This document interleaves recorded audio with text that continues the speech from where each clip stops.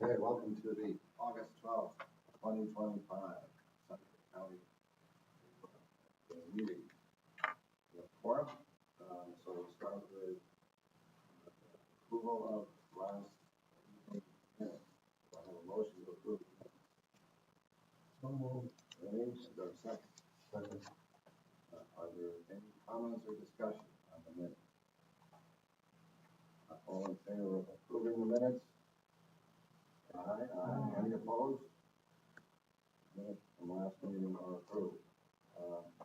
Second item is financial statements through June 2025. Bob Herman, our normal financial guru, not here, so our other financial guru will give a report. Yeah. So what I'll do is just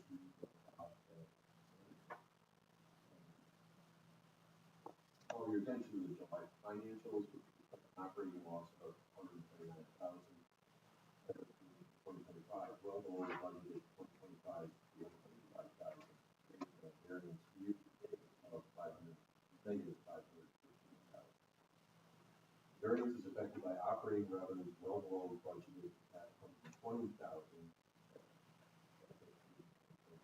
Variance of $821,000. Variance is noted in the estimated agency fees for 2025 coming in at $25,000 as opposed to a budget of $831,000 for 2025. So it's the fact that we don't have the revenues. So Bob is independent financial professional. He's looking at the gist of that comment, that email is our actual were quite a ways apart. Now, we were in the case of anticipating a project coming through. Would have been how much of that one project? 830, was it 831 in one project?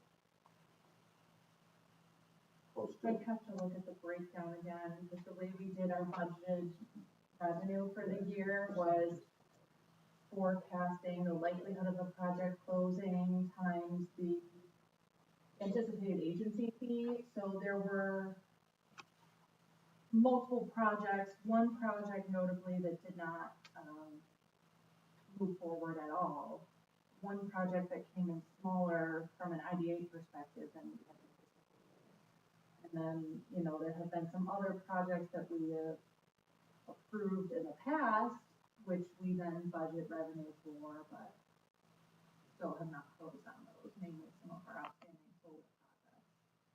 So that just to remind everybody, the way I have recommended we do our budget is take a look at what a project could be worth. Let's say it's $100,000, and then estimate the likelihood that it will close at a certain point during the year. If it's only 20%, we're budgeting $20,000. So if we are overly optimistic, that is going to make our budget look, the revenue line look larger. If we're overly pessimistic, it's going to make our revenue budget look small. We lost one very highly likely, very largely project fell through, and that's where we are at the loss position against our budget. That being said, we are still not covering our costs. We didn't cover our costs last year, and our costs are primarily salaries and benefits, and we are not covering our costs this year. And I think if Bob Herman were here, he would say that's important for us to know, and also important for us to be mindful of what our alternatives are. One of the things that we have looked at in the past, and we can get into this now, it's attached to your report, is how other IDAs are funded around the state. And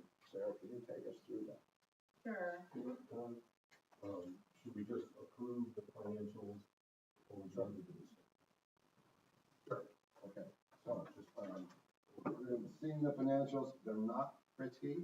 Does anyone want to make a motion?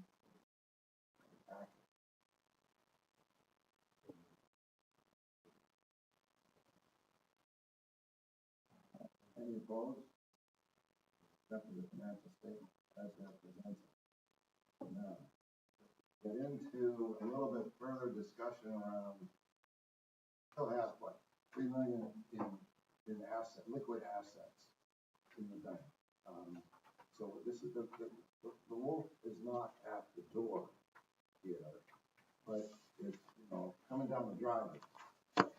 No, and part of, a significant part, I don't want to make things worse, but it's just the reality, is a significant chunk of that liquid cash is revolving loan fund, which is on the agenda for later, but even if we realize, which is what we're recommending, those funds can't just be used for general operating things. They're essentially for special projects and investment. So in a way, it's nice to have, earmarked funds. That means that we can make some investments without sort of putting some of our other streams at risk. But that does mean that our sort of actual cash position for operating the agency is over $1 million lower. So it's around $2 million. Yes. A little less than that, actually. 4 years of runway, let's say.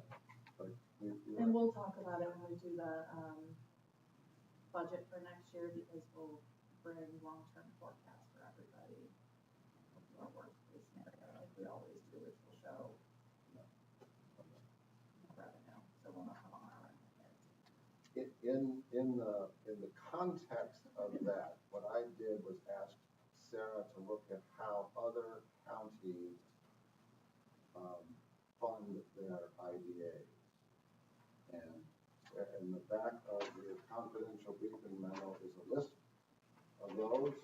And if you walk through it, Sarah, will help us at least understand where we fall relative to other IDAs around the state.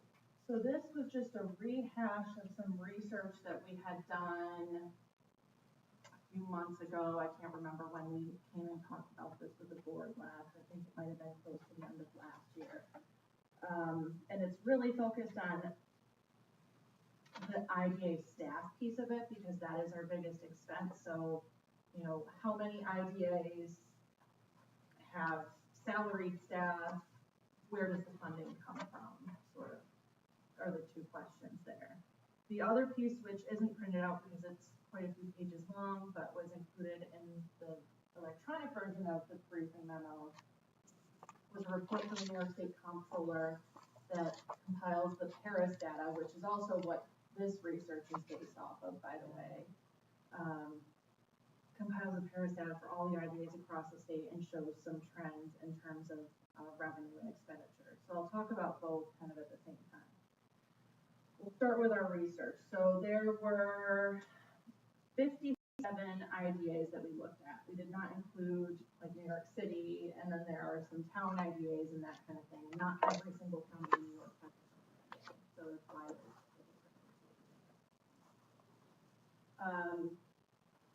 over 51% of them, the IDAs don't pay the salary or only pay a portion of staff salaries. 49% of IDAs pay their own salaries and benefits.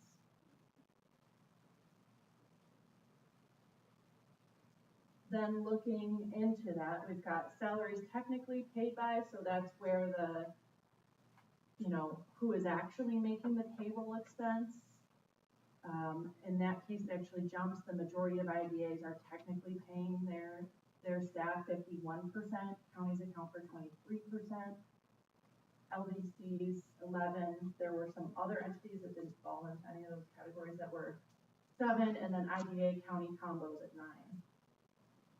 And the last one to me is, I think, the most important, which is where the salaries are effectively paid by, and that was a determination that we made based on the amount of county or government support that was given to an IDA. So even if an IDA was paying its own staff, if a county was contributing the equivalent or the majority of the salary and benefit costs, we considered that to be effectively paid by the county.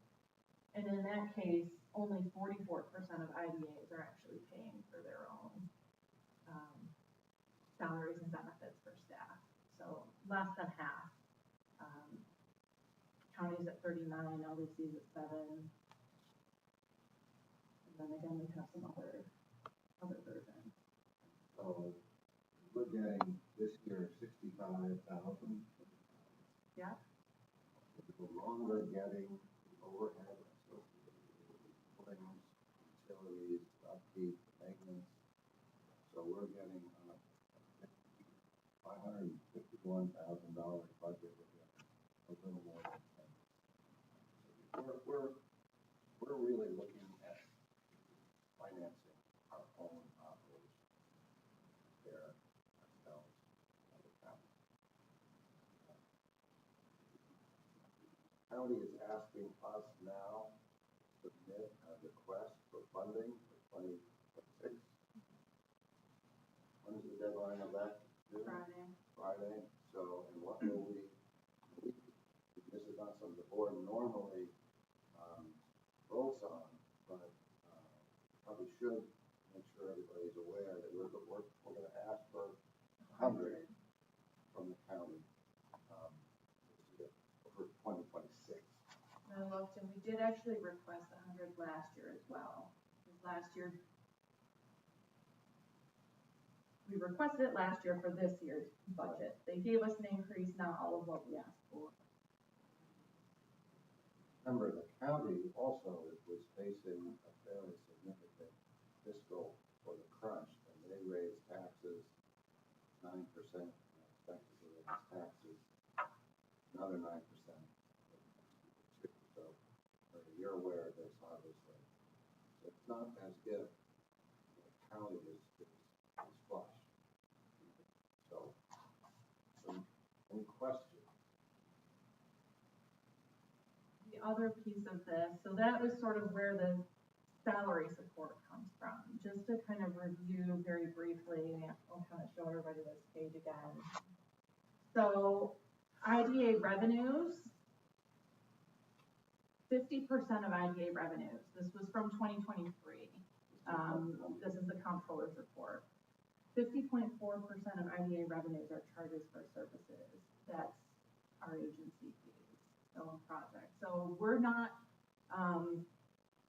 we're maybe a little more atypical than some in that more than 50% of our revenue is typically agency fees. But across the board, that is really the primary way that these agencies are funded. Some other, some have rental income from things, government subsidies, all of that kind of thing. On the expenditure side, this is where we're a bit different. Professional service contracts accounts for 27.3% of IDA spending. Salaries and wages, 16.7%. But I think obviously those numbers are coming from the fact that there are so many IDAs out there that aren't paying salaries and wages, and so that's kind of skewing the whole average, especially when you consider that a lot of the IDAs in this list, because you can look by county, but a lot of the IDAs in this list, a lot of our peers in the Finger Lakes region are actually county government staff. And a lot of the more metropolitan areas are county government staff. So Monroe County, Onondaga County, Ontario County. The whole IDA structure started in the 70s? Ours did, yes. The state created. And they all kind of started at the same time. Around the same time, not everybody in the same year. It wasn't like, there wasn't like one statute that was made to just like form IDAs in every county. It was sort of on a county by county basis. So there is actually a specific law you can look at that is Seneca County IDA. Each IDA is one separate statute. Was part of that isn't. But around the same era, really. The move was what the county governments decided which way to fund it at that time.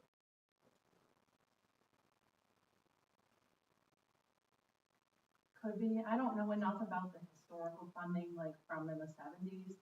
I do know from some of the records we came across when we moved in here that, IDAs now are much bigger and doing much more than historically they ever did. I think largely when they started, it was really more volunteer type organizations, very informal, very focused. Like this IDA was essentially formed because of a need to address something with a specific company at the time, as far as I can tell from looking back. You know, there was, I think it might have been ITC schools, if I'm not mistaken, but there were, you know, events happening where people essentially said, you know, we need to have an entity to support this and to keep these companies here. And then it kind of grew from that. I think really it was the late 90s, early 2000s when IDAs started to take on more and more, and the lines of what they were doing were getting a little too gray for the state's comfort. And then you started to see in the mid 2000s and early 2010s, a lot of reform legislation around transparency and accountability and a lot more limitations on what IDAs could do. And then since then, they've really become much more professional organizations because of all of the reporting and all of the oversight. And so we're kind of now in that, I would almost consider it maybe a third or a fourth evolution of what we were when we started. Question. So again, everybody, just so you know, we're not ignoring this, but we'll keep everybody updated. Number 4, the revolving loan fund. Yes. Help us with some background on the revolving loan fund. Okay. So the revolving loan fund. Oh, this number is never in our report. I can never remember the year that the fund was founded. Kelly, do you know this one? I'd like to say 19, I think it was 1990 something. 99. So this was funded partially with a local match, so that at the time would have been IDA funds, which now under New York state law would not be prohibited. It's one of those reforms that has changed over time. But originally it was capitalized with part IDA funds and then part majority of federal grant from the U.S. Economic Development Administration. And so if you're looking at the report, you'll actually see our federal grant rate was 67.5%. So the federal government initially gave us $540,000 for this fund. The IDA put in $260,000 for an initial capital base of $800,000. We have since managed and operated that fund. This is in the packet. It's got a cover page that says revolving loan semi-annual report for anybody who's looking for it. And this, why was this funded? It was intended to be, like other revolving loan funds are, a debt financing mechanism, meaning that we're not meant to be competing directly with banks. We are meant to help folks get access to low-cost capital that otherwise wouldn't have it. You know, people that are maybe just a little too high leverage, people that can't have working capital, et cetera, et cetera. Our fund has been managed very well. We've had really no issues or relatively few defaults. I don't think there have been any. No. And you'll see that in all the recipients near the end of this report. So that's been very positive. We now have the opportunity. Let's just before this, because this is not something that we all partners do. Look at the second to last page, after the last page, is a list of all the entities in the county that have been beneficiaries of this loan program. And they go back to 1999, there's a couple of 99 more that we can put on the list. The loan closing date, the amount of private funding. The last two, there are still two that are outstanding. active, yeah. And that's Schrader Farms there. Investment products. Investment Fund. And those were approved in 2021 and 2022. And we have not had any new loan applications since then. And as you'll see, we've been managing it for a long time, since 1999, but really the fact that this all fits on one page, it's a relatively short list. There has not historically been high demand for this program. And so what is prompting the conversation to decentralize is, one, we got a notification back, this was quite a few years ago now, back shortly after I first started, with the opportunity. What that means is essentially applying to the EDA and saying that we would like to sort of cut the federal interest in the program, meaning that we would not have to do a federal single audit anymore of our loan fund, and we wouldn't have to do these semi-annual reports 2 times a year to them. So it would save us some money, but they essentially in that process want to know, okay, what are you planning to use the funds for? One option, which we did evaluate, was to keep a loan fund, but just, not have it be federally overseen anymore, or to not manage a loan program and to use the funds for other economic development purposes. And part of that decision of whether or not to keep a loan program hinged on what we do with our own LDC that we run, which is the Seneca County Economic Development Corporation. And that's because of the statutory changes that have happened to IDAs over time. IDAs are not allowed to loan or grant their own funds. Because this was federally funded and we're managing those funds, we've been sort of grandfathered into managing this through the IDA since it was founded. But if we cut ties with the federal government, it becomes our own funds, which would necessitate, if we wanted to keep a loan program, moving it or contracting it and have the EDC loan program. Interrupt me at any time if you need clarifying questions about this, but then it becomes a problem, okay, our EDC has had very little activity over the years. That was created right around the mid-2000s when all of this legislative changes were happening with IDAs. LDCs were the response at the time. The IDA's power was being limited and people felt like they still wanted flexibility, and so everybody's counsel at the time was like, okay, let's create all these other entities so you can do these other types of projects. And so that's roughly around the time that our EDC was formed. And it was initially meant to take title and to rent property out of the Seneca County. And that over the years kind of changed. It went into the hands of the IDA instead upon review. But the EDC did have some role there and was leasing out rail car storage and that kind of thing for a few years. There was some activity. Then it kind of evolved and the EDC became the entity that actually managed Sampson Veterans Memorial Cemetery for a decade, just before it became New York State Veterans Cemetery of Finger Lakes or whatever it's called now. So there was some activity happening. The EDC was getting its own revenue through the depot leasing. All that revenue went out the door with the cemetery to the tune of $800,000.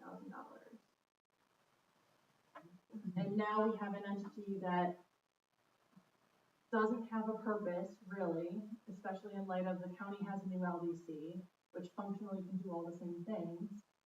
And our fund balance in the EDC is getting low, and at this point is really just getting spent down by annual audits. And so thinking through this problem of what to do with the loan fund, we knew if we were going to put the loan fund into the EDC to manage, that the EDC needed to be able to stop bleeding money, essentially. We needed to be able to do break even and we do not have enough loan activity where there would be positive revenue generation in the EDC. And we do not see a path to that feasibly. So the recommendation is to federalize the loan program, no longer run a loan fund. There are other programs and partners out there that can help businesses. You know, if we still end up seeing a need from business in the community, we have places we can send them to get assistance with financing. So it's not the end of the world. There is always a possibility in the future, if there is a strong need, we could, you know, try to capitalize a new program. But essentially the recommendation right now is to federalize, no longer run a loan program. And we will be, within the next month or two, calling an EDC board meeting to formally recommend dissolution of that organization. That's not really a matter for this board to have to worry about today. It's just something to be aware of, that these two decisions or these two recommendations are very much codependent on each other. And what happens to the funds that are in the current revolving loan fund? The funds would stay with the IDA, and we would need to use them on economic development projects. So what we are proposing is to use them for site development, the things that are needed to support site development. So whether that's, you know, feasibility studies, strategic planning, some marketing, that kind of thing. We've talked about this for years. We never really had our own dedicated capital to pursue anything, not in a way, because of the risk we take, because of our revenue streams and our expenses. We never really felt comfortable, you know, making a big investment for something like a new industrial park. That becomes a possibility now with these funds. 20 minutes ago, you said that there was some restriction on the defederalized revolving loan fund. Yes. Now you're saying. Well, these uses would be allowed. Which uses? Site development, basically economic development, investment. When we apply for defederalization, we have to indicate what it is that we would like to use the funds for. And not to jump ahead too much, but we can't just use it to pay staff salaries. We have to invest in something. And so the way that we have worded it, let me see if I can find the wording easily in the resolution. Yes. Oh, that's just the boilerplate. It might not say specifically in here. Basically says it's gonna come. Yeah, per the federal regulations. But when we talk to them about our plans, it's essentially site development, shovel readiness, strategic plan, and marketing. With the mind that all of those things would be related. Now, at this point in time, we don't have any more specific plans on what specifically that looks like. I would like to find a way to maximize the amount of funds that we have and what we can use them for. So we would certainly be looking at things like state and federal grants to help, you know, on any project we look to do to try to maximize the amount of funds we have, so they can go further. How much is in this revolving fund? So we currently have on the second page of the loan fund report, our total capital base right now is $1,173,511.23. And we continue to get. And we would Principal. continue to get repayments from Schrader and Bestmade. And so that is the amount of funding that we would have. So my question is, well, first of all, the idea is a 0% default rate, I think, rivals any financial institution. So that's amazing. we've made over the years $400,000 on this revolving loan fund from interest, which is not a bad thing either. I heard you earlier when you said there's other organizations that have this loan, this opportunity for businesses to go get it. But I guess what I'm interested at is the two most recent businesses that have taken advantage of this, and you have already mentioned it. Either why did they choose to go down this route? Were they getting challenges from accessing that other fund? I guess I'm trying to understand. It wasn't too long ago that these two businesses. So while I understand and agree that there are other ways companies can access this type of funding, not through the IDA, but there's other. But we have two fairly recent examples, and I'm just curious how either the IDA sold this program to these businesses, or why these businesses may have communicated that this was the one that fit them the best, and is that something to pay attention to moving forward? We've done a lot of promotion of this program. Every time we do a BRNE visit, which we talk about with you guys regularly, we listen to the business and what's going on, but we also make sure to let them know we have some programs, even if they're not applicable right now, keep them in mind because you may want access to them in the future. And generally, people seem very interested. That does not equate to follow through an actual loan applications. Best Made, really, I think the loan program came as part of a package deal with the acquisition of the industrial park property and the pilot, and for them, it made sense because it was really their first big physical manufacturing space. I mean, that was a pretty big jump for that company. Schrader Farms, I cannot speak to, because even though it was done in 2021, that project had been hanging out there for a little while. I don't know if you remember, Kelly, but the groundwork for them coming to us for a loan was sort of laid before I came to the IDA. So I'm not sure how they heard about it, if it was through BRNE or what prompted them to. And they only do have that. an RLF. They don't have any. No, and that was just for an equipment purchase. If it was, if we could go confidently just based off of how well received it seems to be, people seem very interested in it. It's the getting them to follow through, and we did try to, as part of this exploration, did try to reach out to banks, because really, if somebody's going to do a project, their first call for financing is going to be their local bank. And so our thought was, well, we're having a tough time getting enough traction just through our BRNE and telling people about it. Maybe if we partner through the banks, we can get more loan applications in and get sort of critical mass. Those conversations were tepid at best and disinterested most often. Despite the fact that we're not meant to compete with banks, the banks still seem to have a sort of perception that we would be moving into their territory, and many of them wouldn't even take meetings with us. So it's one of those where it really was sort of a non-starter. We're not getting enough actual interest and enough actual volume just through our own efforts, and without a real partnership, it just doesn't make sense.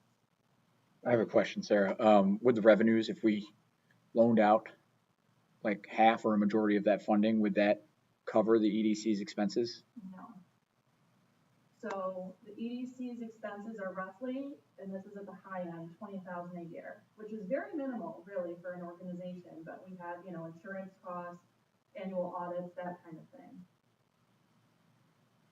Our loan fund makes money in the same way that the IDA does. It takes basically an administrative fee at the time of closing on the loans, 1%.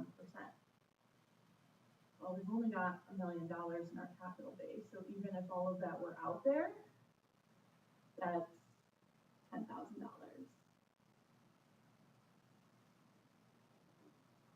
And that's assuming that you have it all loaned out, but then that, you know, people would be in repayment, you're not then issuing a new $1 million of loans the next year, so the math really just did not even come close. We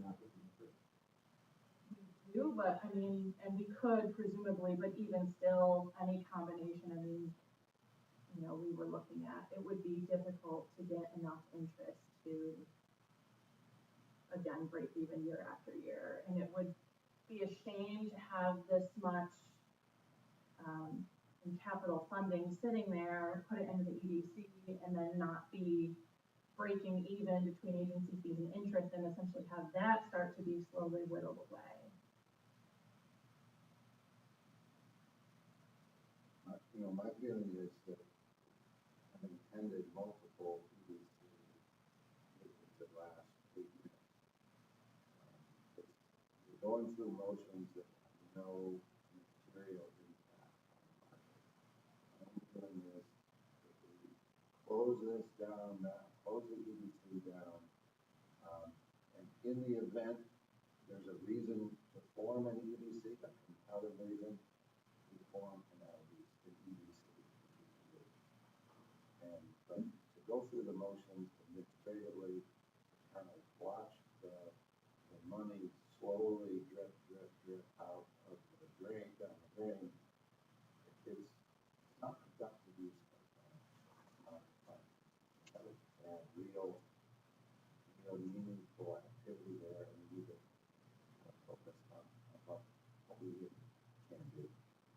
And again, the conversation might be different, you know, if not for the fact that there is a new LDC in the county. And so again, you know, we've been struggling for years to try to figure out what can the EDC really do. It doesn't have much funds in the bank anymore, which makes it difficult to really go gung-ho on any new programming. But again, statutorily, there is nothing that the Seneca County LDC cannot do, that our EDC cannot do. And so, you know, let's take the burden off of our staff and let's let the new entity, with the funding that it got, which was tremendous from the county, let them handle those initiatives moving forward. If we try to decentralize and move forward, what is the timeline look like? When do those funds available for this project? I think it would be pretty quick. They've been keen on us defederalizing for some time. We've been getting regular emails now for weeks of, when are you guys gonna do this? Because I think from EDA, I just think their staff doesn't want the burden either of having to be constantly overseeing our reporting and all of that. So the only action that's needed from the board to defederalize would be passing the resolution, and then we get everything else that's needed packaged up and sent to EDA, and I would think that their turnaround would be pretty quick. I would anticipate that the approval would be before the end of this calendar year, that we can have the funds to do other things.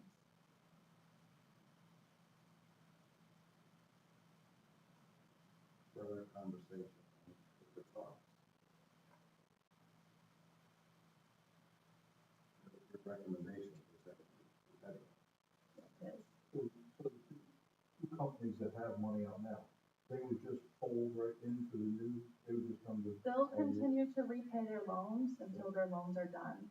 And then the fund will, you know, get put into, for us, the total base that we have to do these other economic development projects. Technically now, EDC is in charge if they want to know. No, we are. Yeah. Yes. Yeah, so we'll continue to monitor those and to bill them and everything, you know, until they're paid out. The record with our Willard, we talked about have this occur now for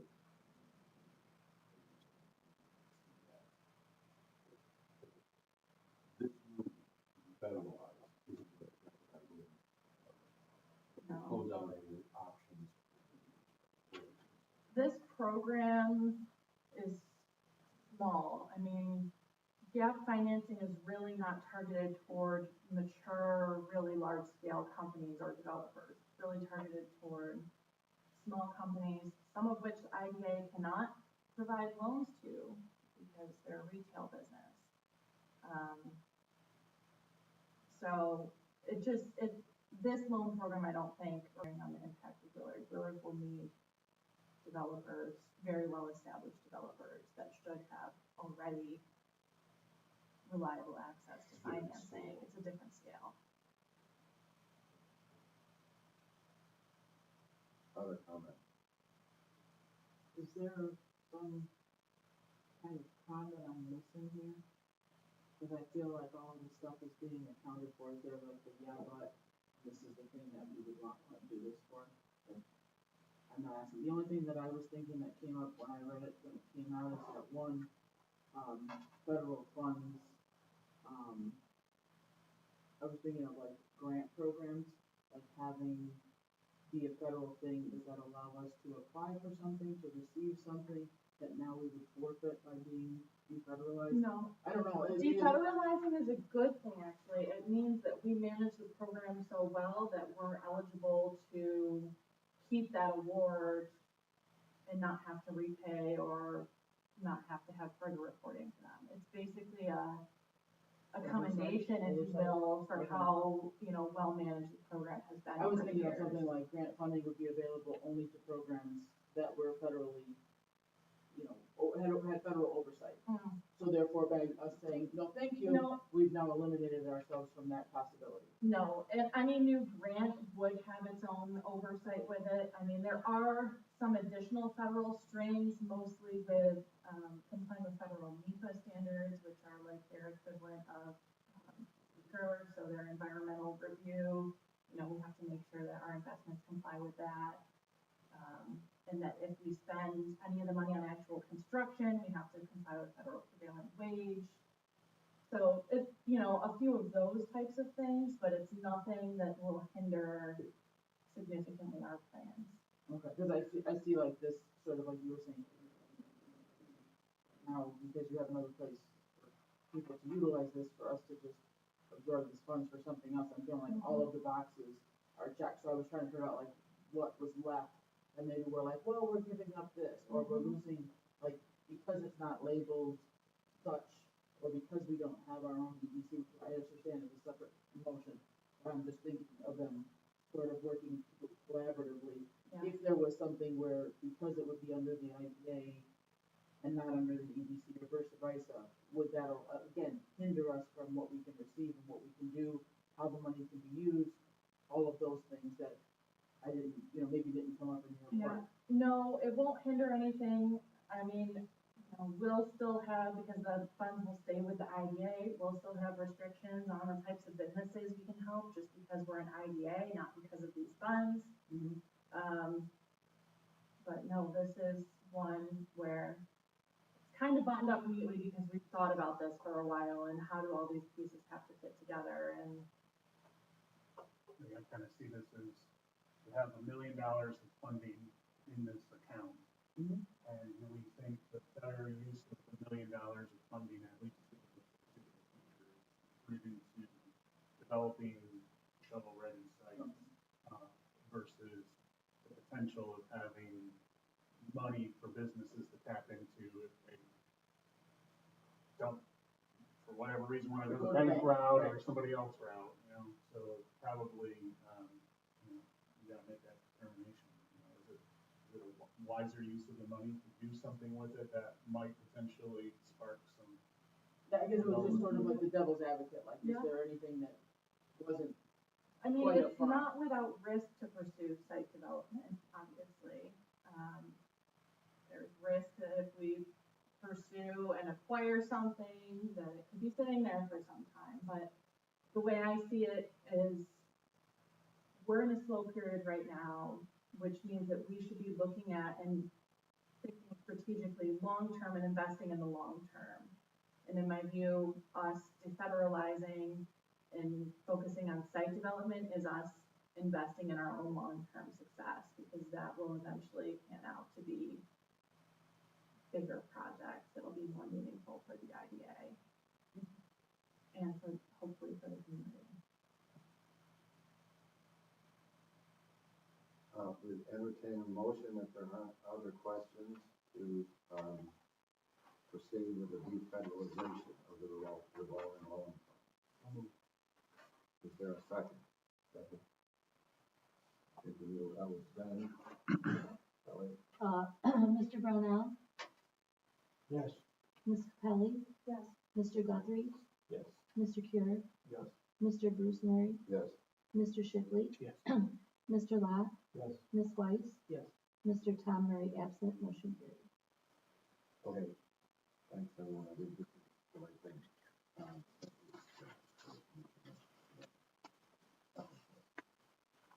Next, we have Jeff. So hopefully, some of you have heard some of our local businesses that have been featured on two of the more popular radio stations in the region. The program that the Chamber has started in partnership with Clear Lakes Media Group to feature these really small business success stories in our area that are part of our Chamber community. We think we're bringing some great exposure to them and some of the work that they're doing. So that program has launched a month or two ago.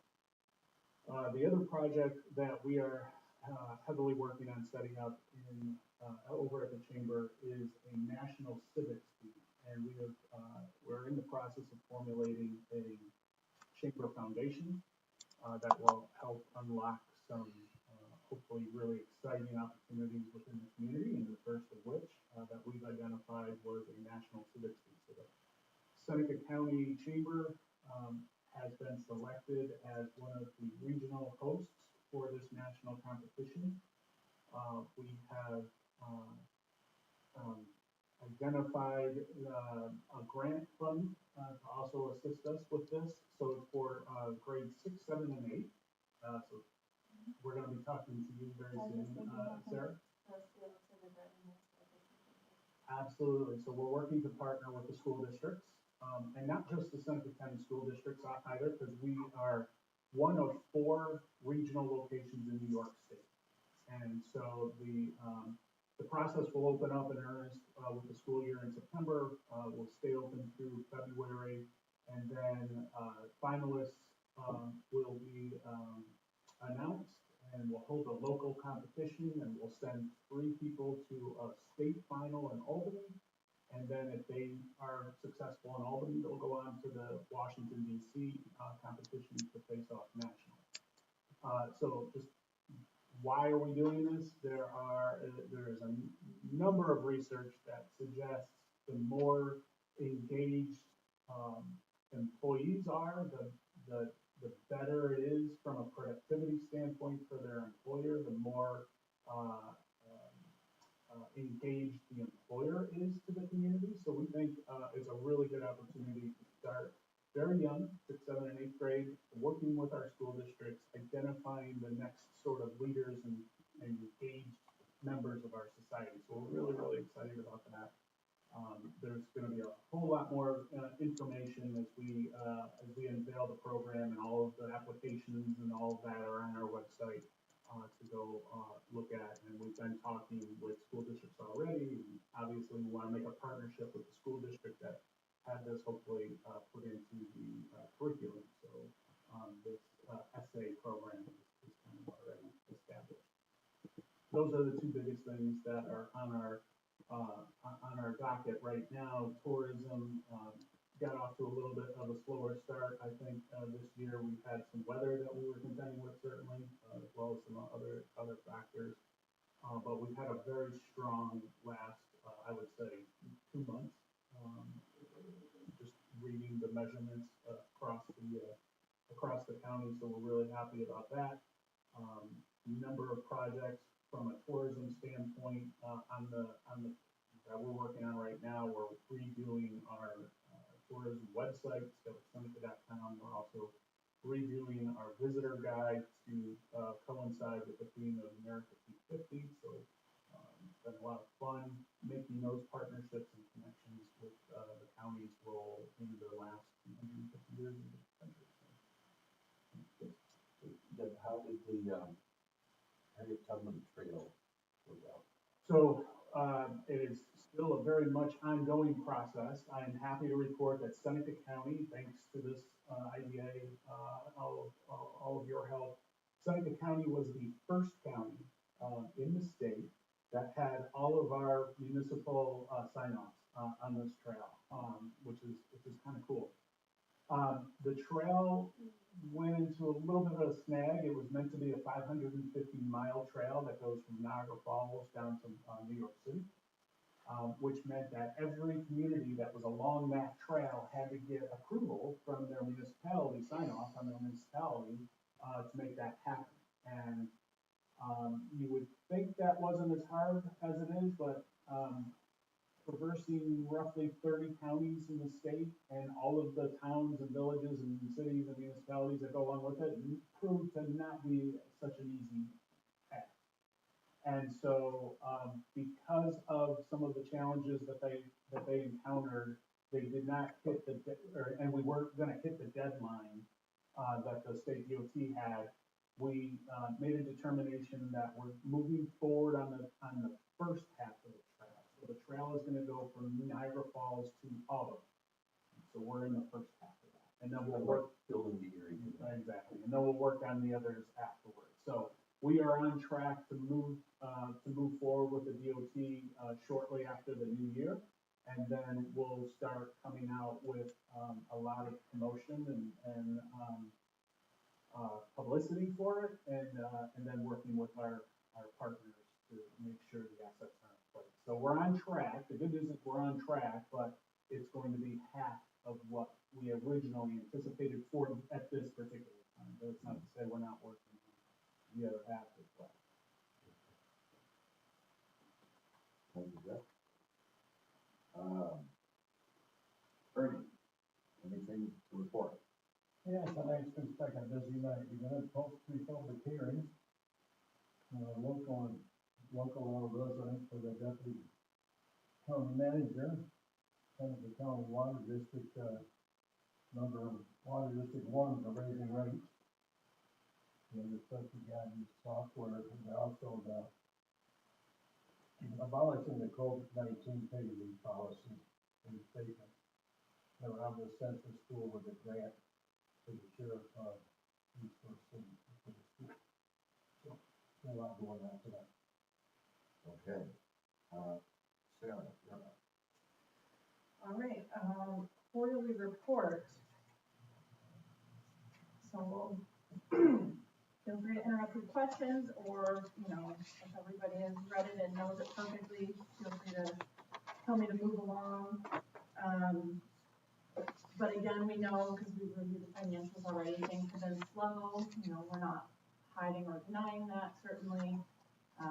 But as I said, we're really taking the time to look ahead. And so that's been a lot of the focus of our efforts, especially this quarter.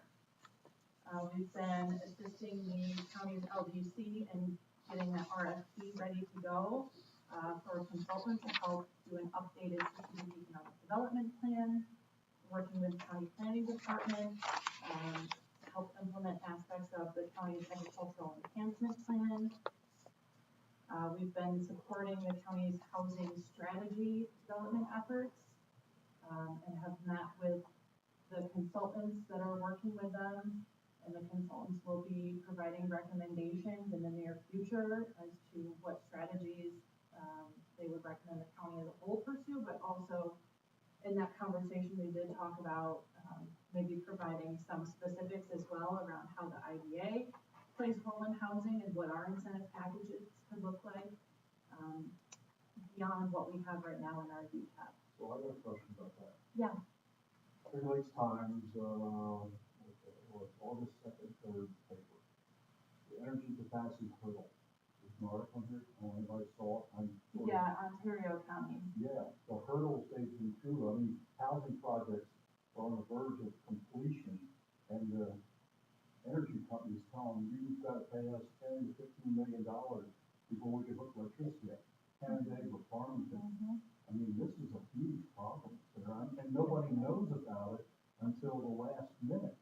They're told, we're ready to hook up power to our development area, and well, this is what's going to cost you. Farmington, $4 or $5 million. It's just, it's horrible. And I know Seneca County has the same problem.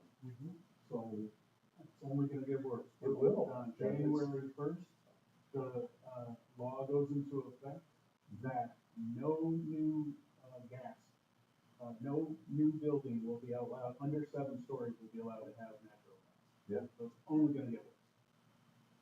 And I don't think that's good, so I think we need to be very careful before we start spending money for surveys and different, different, see how projects might go forward, until we know what the electricity cost is gonna be, if it's even gonna be available in those areas. So, it's just, Yeah, we will have to be very mindful in how we navigate that process with NICEAG, because sometimes they do feel like a bit of a black box in terms of trying to really have a back and forth conversation about what's possible and what's not and what the costs are. it's a lot of snowfalls all the time, and they're just not willing to work with anything. So a lot of consumers are getting rid of their sets, and we need to force it somehow. That would be the only issue. We're all start of it, and all the solar out there going elsewhere, we don't get any advantage of that. We don't get any electricity from it. Go somewhere else, they sell it. So doesn't that mean some of the older buildings we've got around here that already have big power, it's pretty very much more valuable? It depends. I think what NICEAG's doing, if it's not being used up to capacity, they're pulling electricity away from those buildings and moving, or businesses, and moving it to someplace else within the county. It's not like it can sit empty for 5 years, you want to say, I'm gonna have this much electricity, because when you get there, you'll find out it's not available anymore at that point. That's what we've been told. I think Keystone has to run with the new plant they built on 336, they're running that with generators, because they can't get electricity for 3 years from the time they've had it completed. So it's not things are gonna have to go with the generator. Well, and they had scaled that project back because They did, but of NICEAG, because they couldn't get clarity on, NICEAG had to do a study in order to look at doing a new substation down there. And there was no clarity on how long the study would take or what they might find or any of that. And, I can't blame companies and people in general for not wanting to deal with that kind of uncertainty. There does need to be more transparency and better communication about expectations. I mean, So you think we're at a disadvantage in Seneca County because of the lakes? Because I know as a farmer, we can expand north and south. We can't really go east and west because the lakes are there. Are we the same way with electricity? Electricity's got to feed into Seneca County from the north or the south. If you're a county like Cayuga or Wayne, it can move in from all different directions. And people were limited in what we could do. Same with roads. I mean, we have good roads, so it's not a problem. It is a disadvantage, I think, for these big lakes. Seneca Army Depot has got that problem, also, but there are technical limitations because you have to send your electricity on a really long line. As you said, you can't feed it into different areas. I think this is the biggest, challenge and issue facing our part of New York State, at least the next 10, 15, 20 years. This is I wish we had a, I know. a clear solution to it, even if it wasn't an easy one. It's one of those that, I think more organizations have got to get together and fight this. It's going to take a lot of it to get the New York State to do what they should do. Gas and electric. They just don't care. They're on the state. I don't really do any preventive maintenance anymore. I also come back to, I know I've said this here and elsewhere, and it's probably an unpopular opinion in some circles, but I think we ought to be looking into Seneca Meadows and the ability to have the methane generation help power Seneca County. We're classified as a disadvantaged community in the state. The state has pumped all of their effort and resources into non-renewables. Why can't we have what is otherwise looked at as a negative in, development circles for our community, for the Central Meadows, why can't we use that as a positive? And I just think, I think the biggest drawback there, because I worked on it a few years ago, and looked at is the fact that if we do anything right now, we'll have to put on new lines because New York State municipalities won't use theirs. That's the big hurdle, because he's trying to get it to go to the county office. And the hurdle is, their lines are all there, no way, you're touching them. That's why the whole Seneca County and surrounding areas that are low on electricity, all need to get together, start pushing this issue, or you're right, another 20 years, we won't have any. And then we grow. All right, duly noted, Yes. really duly noted. And moving on, so, on the business attraction and industry development side, we've had, meetings with Center State CPO and Greater Rochester Enterprise, also known as GRE. We're working to identify companies within the county, that have the potential to fit into the supply chain activation network. They're calling it SCAN. Everybody loves their acronyms. For the semiconductor industry. And that is part of the New York Smart Eye Corridor Tech Hub that was federally approved for the state. So this work is being primarily managed, out of Syracuse and Rochester and Buffalo. But we are seeing some opportunities, and we do have companies that we've helped identify so far that could be within the supply chain, and it would end up with them being part of the asset map that has been developed online. Companies like ITT Schools and Xylem, Fraser Industrial, to name a few, but we'll keep working to identify more. So that's ongoing and something that we would like to expand on. We're also partnering with Global New York, which is exporting economic development arm. They're sort of related to Empire State Development, but they have foreign offices in countries all around the world where they have a representative from New York State that is based there, and their job is essentially to help connect companies with foreign companies and help set up relationships for exporting and trade. That mostly agriculture. No, it's everything. Everything, really. So they're actually hosting a couple of events coming up in September, and I think the other one is in October. So we're going to be doing some work to help promote that and try to get companies, if there are any companies in Seneca County that are interested, set up, because they'll have the opportunity to actually meet with some of the foreign office representatives at the event that's going to be happening in Rochester. We are still supporting county planning on the Willard redevelopment efforts. They did submit just a couple weeks ago a most recent proposal to the state, and still waiting to hear back on that. But I don't know what number draft we're on now, but a proposal has been submitted, and we'll see. We've had some follow-up conversations with Locate Finger Lakes as far as what their support will be to the IDA on marketing now that we have a contract with them. Thanks to the $5,000 that the board agreed to help fund them for the year. And then the state has some new economic development programs coming out, which is partially why site development for us makes sense right now. They have Fast New York, which has been around for a few years. That's shovel readiness for sites in general, and some funding to help with build out and or some of the planning that's needed. The new program the state is designing right now, so we don't have that much information. It's going to be called Power Up, and it is specifically targeted to electrical power infrastructure. So a bit of a follow-up to the conversation we were having, but there are going to be some grant funds to support power upgrades at sites.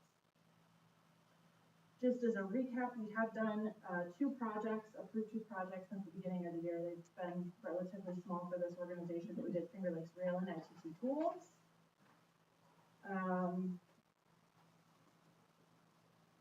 We submitted 2 additional sites to GRE for potential prospects, but as you all know by now, we've not necessarily heard anything or had additional follow-up from the ones we submitted this year.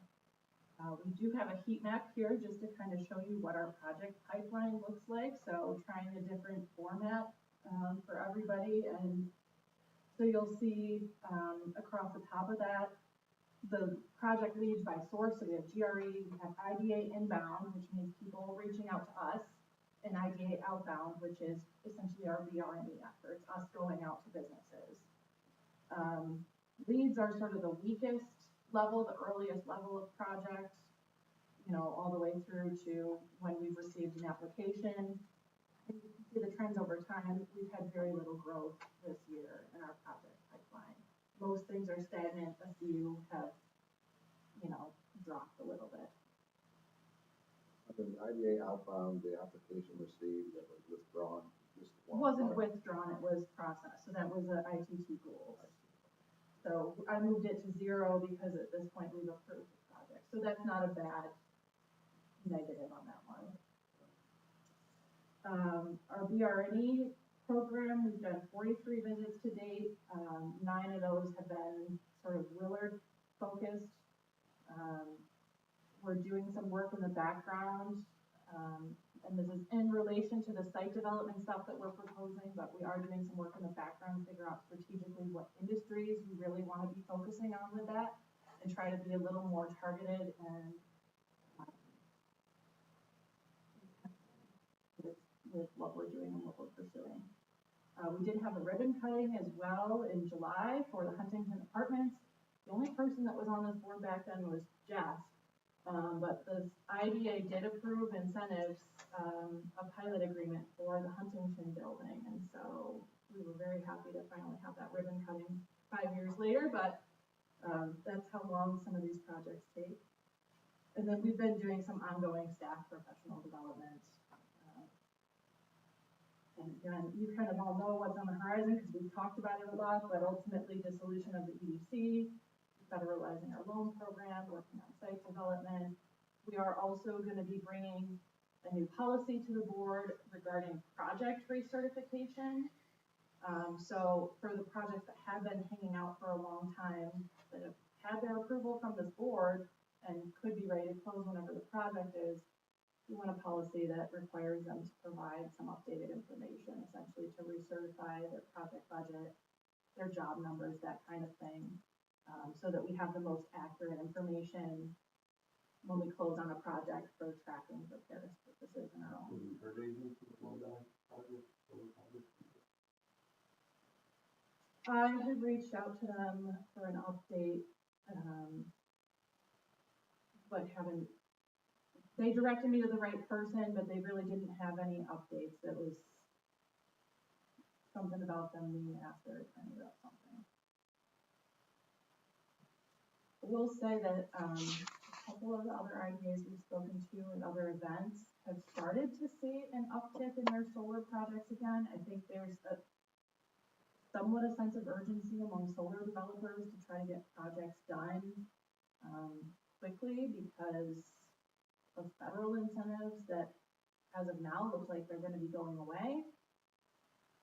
So we may see at least, I'm not sure we'll necessarily see new ones, although there is one that we've been anticipating getting an application from later this year. But other than that, you know, we may see a couple of the ones that have been hanging out for a while, hopefully finally come through. But our goal is to get that policy in place first. So that'll likely be at our next meeting. Any other questions for Sarah?